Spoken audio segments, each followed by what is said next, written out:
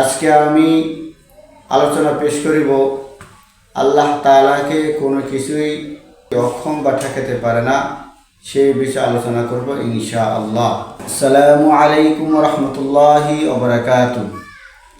ইন্নাল হামদা ওয়ান নি'মাতা ওয়াল আযীমাতা। সম্মানিত উপস্থিতি, খেদমতে ইসলাম সাজিদ মিডিয়ার পক্ষ থেকে সবাইকে জানাই আন্তরিক শুভেচ্ছা। আজকে আমি আলোচনা পেশ করিব আল্লাহ তাআলাকে কোনো কিছুই অক্ষমতা করতে পারে না, বা আল্লাহ তাআলাকে কোনো কিছুই অক্ষম বা ঠেকাতে পারে না, সেই বিষয়ে আলোচনা করব ইনশাআল্লাহ। ওয়ালা শাইউন ইউজিজুহু, আল্লাহ তাআলাকে কোনো কিছুই অক্ষম করতে পারে না বা ঠেকাতে পারে না। এখন অক্ষম করার দুইটি কারণ। একটি কারণ হলো কর্তা স্বীয় দুর্বলতার কারণে তার নিজের ইচ্ছা পূরণ করতে অক্ষম, আর আল্লাহ তাআলা এই বিষয় থেকে মুক্ত। কেননা পবিত্র কোরআনের মধ্যে ইরশাদ হয়েছে, ইন্নাল্লাহা হুয়ার রাজ্জাকু যুল কুওয়াতিল মাতিন, নিশ্চয়ই আল্লাহই রিজিক দাতা, শক্তিশালী, অসীম ক্ষমতার অধিকারী। আরেকটি কারণ কর্তার একা সম্পর্কে অজ্ঞ অথবা স্বল্প জ্ঞান থাকার কারণে তার নিজের ইচ্ছা অনুযায়ী কাজ করতে অক্ষম। আল্লাহ তাআলা এই বিষয় থেকেও মুক্ত।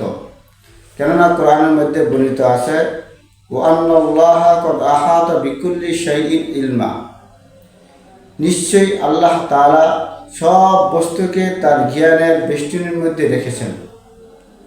উপরোক্ত আয়াতের দ্বারা এটাই স্পষ্ট প্রমাণিত হয় যে আল্লাহ তাআলা ক্ষমতার কোনো বিষয় অক্ষম করতে পারবে না। আল্লাহ তাআলা সব বিষয়ে জ্ঞান রাখেন, তিনি ওই সমস্ত অক্ষমতা থেকে তিনি মুক্ত। আল্লাহ তাআলা সর্বশক্তিমান, অসীম ক্ষমতার অধিকারী, তিনি যা চান তাই করতে পারেন, কেউ তাকে অপরাগ বা ঠেকাতে পারবে না। যেমন পবিত্র কোরআনে বলা হয়েছে, ফাআলুল লিমা ইউরিদ, তিনি যা চান তাই করেন।